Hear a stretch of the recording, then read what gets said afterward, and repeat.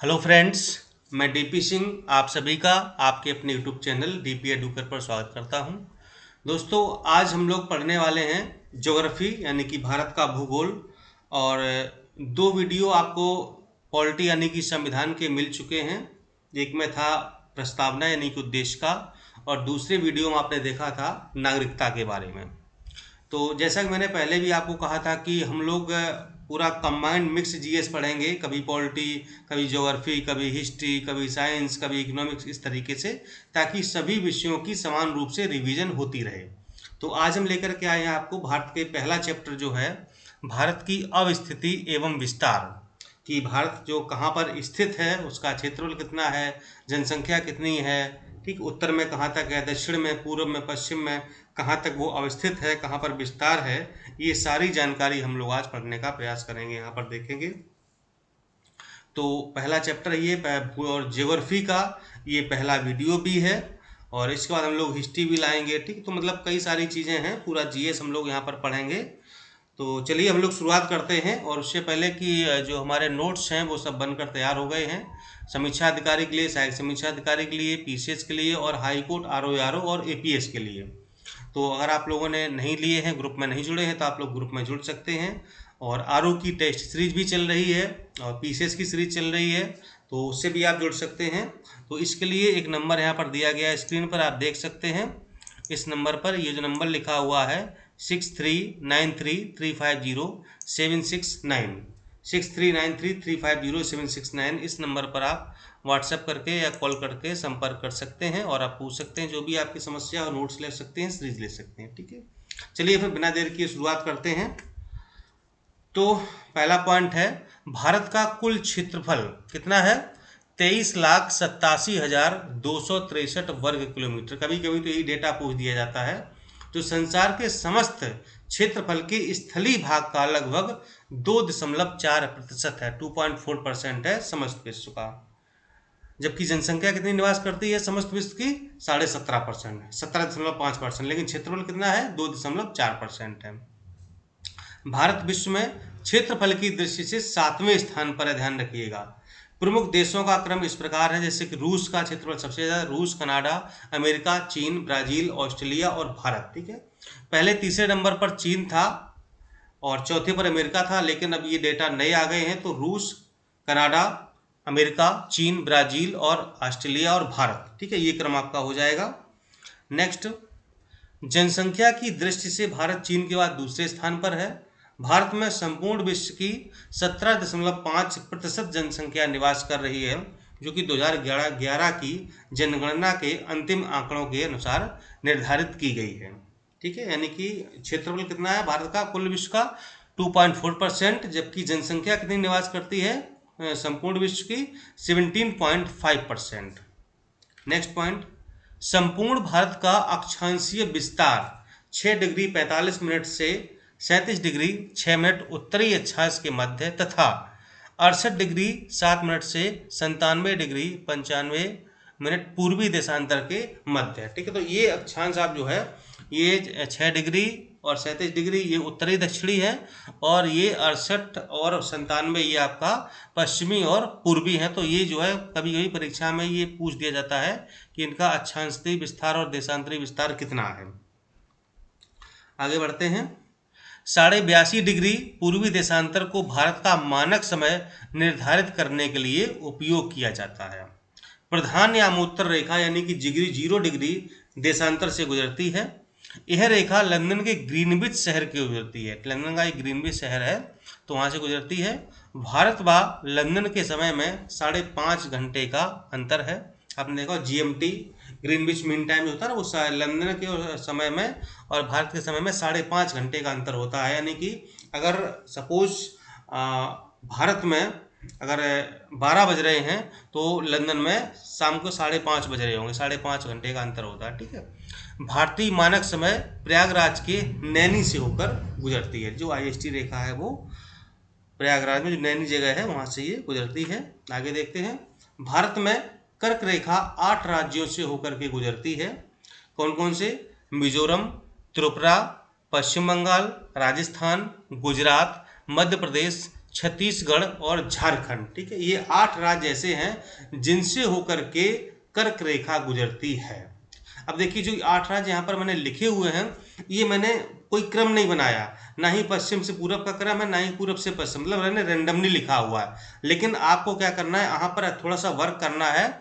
आपको पश्चिम से पूर्व जब चलेंगे तो राज्यों का क्रम क्या होगा, और जब पूर्व से पश्चिम चलेंगे तो राज्यों का क्रम क्या होगा, ये आप लोग क्रम से लगाइएगा। ठीक है, कि अगर हम इधर गुजरात से चलते हैं तो फिर ये पूरब में जाएंगे तो किस तरीके से, और उधर हम अगर मिजोरम में से चलते हैं तो फिर किस तरीके से ये क्रम आएगा।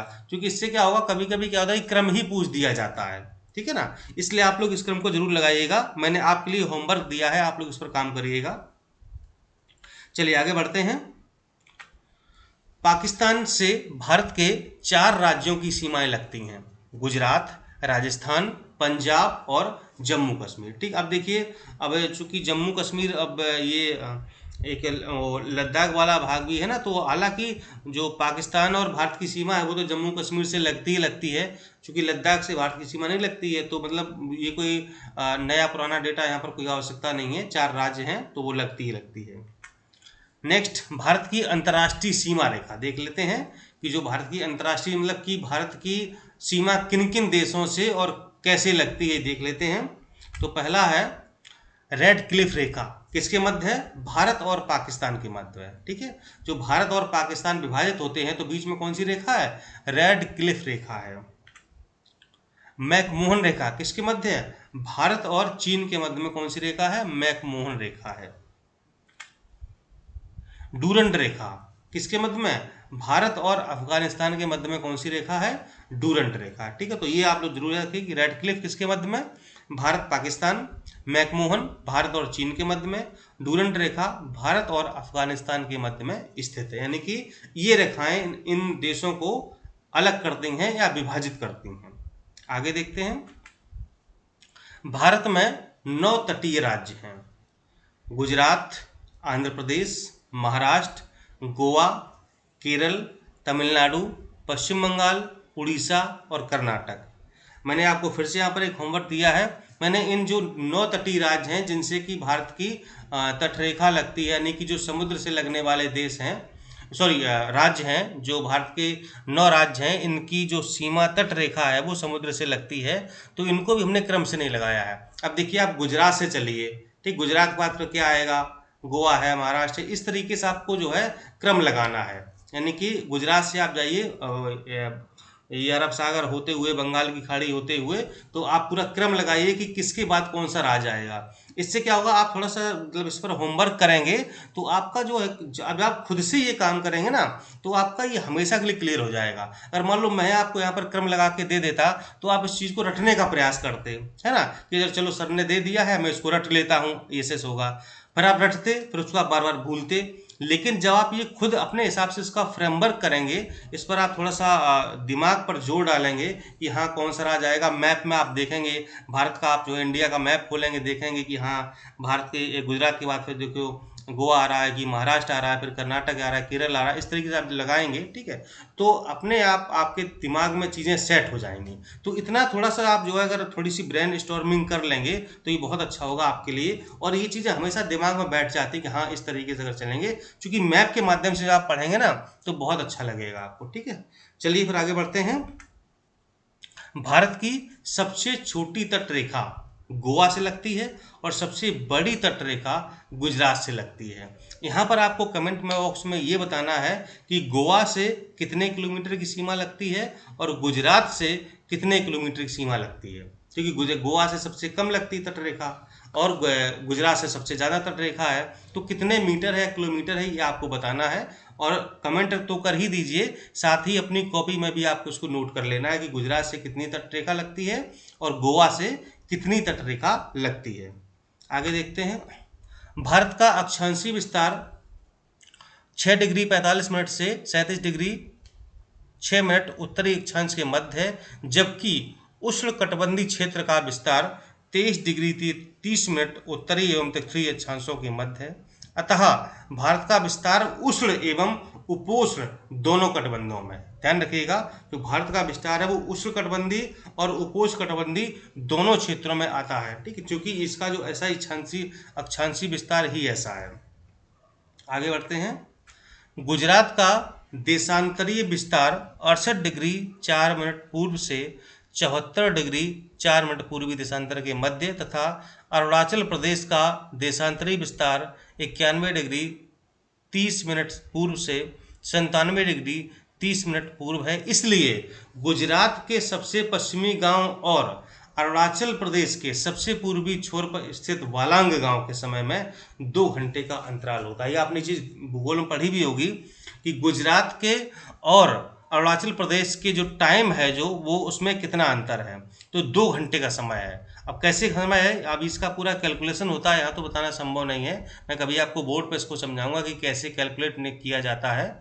तो अब देखिए, ऐसा इसका बस सीधा आप ये समझिए कि सपोज मान लो अगर अरुणाचल प्रदेश में सुबह 5 बजे सूरज दिखाई देता है, तो आप समझिए कि गुजरात में 7 बजे सूर्योदय होगा। इतना अंतर है, मतलब कि सूर्योदय हो गया, लेकिन जो सूर्य दर्शन यानी सूर्य दिखाई देगा, तो अगर वो अरुणाचल प्रदेश में 5 बजे सूर्य दिखाई दे गया, 5 बजे सूर्योदय हो गया, तो गुजरात में रहने वाले व्यक्ति को सेम डे 7 बजे सूर्योदय का एहसास होगा। यही है 2 घंटे का अंतराल। ठीक है, तो ये समय जो है बहुत इंपॉर्टेंट है, और यहाँ से सवाल बनता है कि अरुणाचल प्रदेश और गुजरात के उसमें जो जीएमटी है, टाइम है, तो उसमें जो है कितना अंतर है, तो आपको वो 2 घंटे का अंतर आ जाता है। ठीक है, मतलब ये मानक समय, जीएमटी ने बल्कि कहा मानक समय में कितना अंतर है, तो 2 घंटे का अंतर आ जाता है।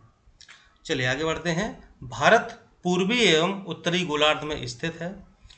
भारत में सर्वाधिक पूर्वी राज्य अरुणाचल प्रदेश, पश्चिमी राज्य गुजरात, उत्तरी राज्य जम्मू कश्मीर एवं दक्षिणी राज्य तमिलनाडु है। ठीक, सबसे जो पूर्व में है वो आपका अरुणाचल प्रदेश है, पश्चिम में गुजरात, उत्तर में जम्मू कश्मीर और दक्षिण में आपका आ जाएगा तमिलनाडु। नेक्स्ट, भारत के बृहद क्षेत्रफल के 4 दूरस्थ बिंदु, यानी कि भारत के जो पूर्व, पश्चिम और उत्तर दक्षिण में जो सबसे दूरस्थ बिंदु हैं वो कौन कौन से देख लेते हैं। ये देखिए भारत का मैप बन गया आपके सामने, और यहाँ पर देखेंगे हम लोग। तो पहला बिंदु कौन सा, ये देखिए जो उत्तरी बिंदु कहाँ पर है, सियाचिन ग्लेशियर के निकट इंद्राकोल जो बिंदु है उसका नाम इंद्राकोल है। कहाँ पर, ये जम्मू कश्मीर में। ठीक है, आपने देखा भी होगा, तो ये आपका जम्मू कश्मीर में है। नेक्स्ट देखते हैं, ये आपका है दक्षिणी बिंदु है, ये इंदिरा पॉइंट है। ये ग्रेट निकोबार अथवा बड़ा निकोबार में है, एवं भारत की मुख्य भूमि पर दक्षिणतम बिंदु कन्याकुमारी है। अगर भूमि की बात की जाए कि भूमि पर कौन सा बिंदु है दक्षिणतम, तो कन्याकुमारी जो कि तमिलनाडु में स्थित है। लेकिन बिल्कुल भूमि ना, मतलब कि ये ना कहा जाए, भूमि का नाम ना लिया जाए और कहा जाए कि सबसे दक्षिणतम बिंदु कौन सा है, तो वो आपका इंदिरा पॉइंट है। कहाँ पर, ग्रेट निकोबार में, यानी कि जो बड़ा निकोबार है वहां पर स्थित है इंदिरा पॉइंट। ठीक है, और जो भूमि पर स्थित है वो आपका कन्याकुमारी है। कहाँ पर, तमिलनाडु में। नेक्स्ट, पूर्वी बिंदु कौन सा है, ये आपका अरुणाचल प्रदेश है। अरुणाचल प्रदेश से ये से यहाँ पर जो ढक गया हुआ है तो आपको दिख रहा होगा। ठीक है, अरुणाचल प्रदेश में ये हिंट हो रहा है, आप देख सकते हैं। और सबसे पश्चिमी बिंदु आपका है गौर माता या गुहार मोती, आपका गुजरात में है। ठीक है, तो ये सबसे पूर्वी, पश्चिमी, उत्तरी और दक्षिणी बिंदु हैं। इनको आप अच्छे से देख लीजिए, आप चाहें तो कॉपी में नोट भी कर सकते हैं। यहाँ से अक्सर सवाल पूछा जाता है। तो ये आपका जो है पूरा मैप हो गया, आपने देखा। ठीक है, तो बस ये आज तक का इतना ही था, और इसको आप नोट कर लीजिए अपनी कॉपी में। और कैसा लगा वीडियो आपको, इस बारे में आप जरूर बताइएगा, ताकि हम इसी तरीके का जो प्रेजेंटेशन है आपके सामने ला पाएँ और इसको हम और बेहतर कर सकें आपके लिए। हाँ, लेकिन सबसे बड़ी बात है ना कि जैसे आप ये सोचें कि मैटर कम है, कंटेंट कम है, तो देखिए मैं सिर्फ उन्हीं बिंदुओं पर फोकस कर रहा हूँ जो एग्जाम रिलेटेड हैं, एग्जाम ओरिएंटेड हैं, जहाँ से अक्सर सवाल पूछा जाता है, प्रश्न आता है। बाकी पढ़ाने को तो बहुत कुछ है, लेकिन हम आपको ये ना कि जैसे क्विक रिवीजन, मतलब कि बस उन्हीं बिंदुओं पर फोकस कराना है जो मतलब एग्जाम में पूछे जाते हैं और उनको आप भूल ना पाए। ठीक है, तो इसलिए हम बहुत ही सिलेक्टिव मैटर लेकर आते हैं, और अगर आप लोग कहेंगे तो इसको बढ़ा भी दिया जाएगा, ऐसा नहीं, लेकिन नहीं फिर काफ़ी लेंदी क्लास हो जाएगी। अब जिससे अगर कि 15, 16 या 20 मिनट में हम लोग मतलब काफ़ी कुछ सीख लेते हैं। वीडियो भी लंबा नहीं होता है और मैटर भी हमको अच्छा खासा मिल जाता है। ठीक है, चलिए फिर मिलते हैं हम लोग अगले वीडियो में। नमस्कार, धन्यवाद, जय हिंद, जय भारत।